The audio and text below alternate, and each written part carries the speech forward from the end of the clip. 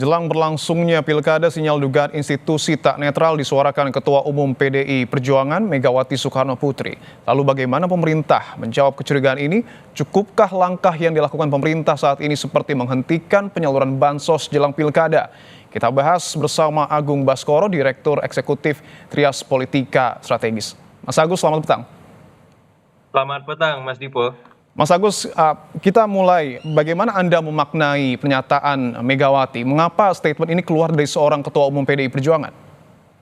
Iya, pertama secara tekstual ya, kalau pidato itu kan disampaikan kemarin sekitar 7 menitan ya Mas Dipo.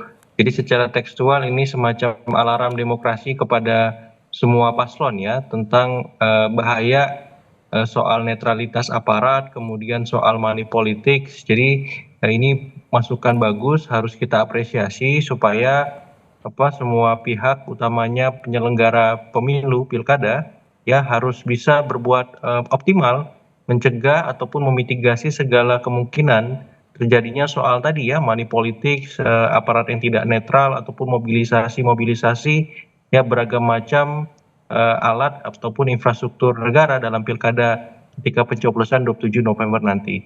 Seperti itu. Nah, yang kedua secara kontekstual tidak bisa dimungkiri ya, bahwa ada beberapa pilkada utamanya di Jakarta maupun di Jawa Tengah yang sangat kompetitif antara paslon PDIP dengan paslon Kim Plus seperti itu. Nah, saya kira ini menjadi arahan penting dari Ibu Mega untuk memastikan bahwa kompetisi yang berlangsung secara elektoral di dua tempat itu ya maupun di tempat-tempat lain dapat berlangsung secara ya jurdil-luber itu Mas, prinsip-prinsip pemilu kita seperti itu, dan harapannya ini memang bisa terejawanta dengan maksimal ketika beliau sudah memberikan warning ya ataupun pidato di kader-kadernya maupun untuk publik, karena itu diperluas seperti itu. Baik Mas Agung, apa yang kemudian harus betul-betul ditunjukkan pemerintah untuk membuktikan netralitas aparatnya dan tidak hanya tertuang dalam aturan?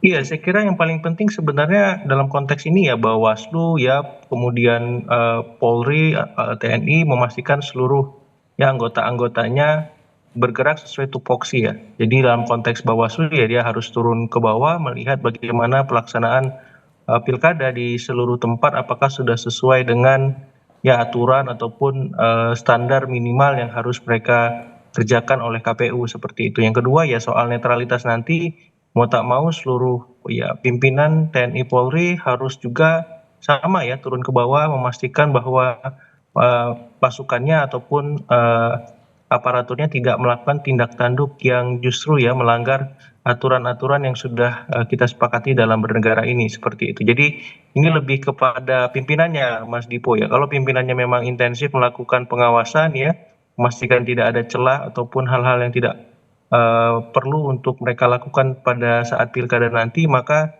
semuanya bisa berlangsung dengan sesuai harapan kita ya, jurdil-luber tadi seperti itu. Lalu Mas Agung, bagaimana Anda melihat langkah Bawaslu dalam proses pengawasan ini?